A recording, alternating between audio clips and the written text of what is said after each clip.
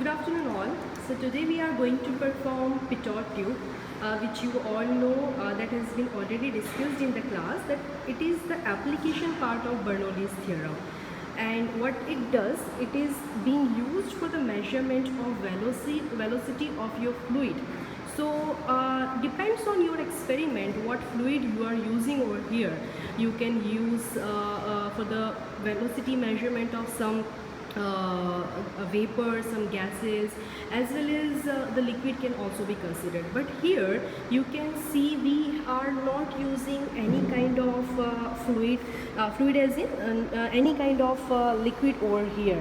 So in terms of fluid only we are considering the air. We only want to measure the velocity of the air. So how this air is going to be flowing into this tube, and with the help of it how it is this velocity of the air is going to convert into the static head, because as you all know the application of Pitot tube is to convert the velocity head into the this potential head, right? So as you can see, this is the blower, and this blower is being used so that some flow rate of the air can be developed, some velocity of the air can be developed. So with some rate this air is going to flow into this pipe.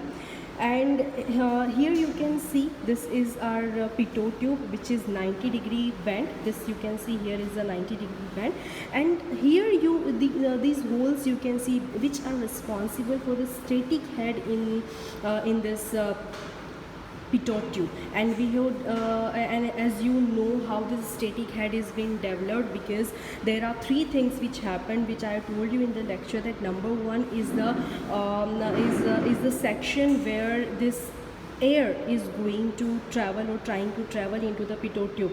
Number two will be if it is we are just keeping it open, then what is going to happen, due to the gravity your air will tend to come down, and at some point this static head is going to be developed where the force or the pressure is applicable in the forward direction, as well as due to gravity it is coming over here. So this is the reason where this static head has been developed at this point. So what is going to happen, the very first step is you have to switch on, as I told you in the procedure, you have to switch on this blower. Once you open you switch it on, let it develop some let it develop some amount of head or some amount of air pressure into it, rather we should say, so that it can travel into this pipe. Once this air pressure would be developed, this air with some velocity will flow into this Pitot tube.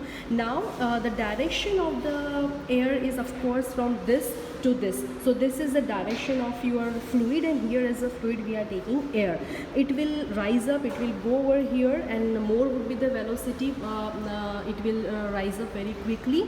And as what you know, this velocity or this pressure of the air will reflect in this U-tube manometer, and or we can say will reflect in the manometer. So what is manometer? As you know, the manometer is the device which is being used for the measurement of pressure. So here which pressure we are measuring?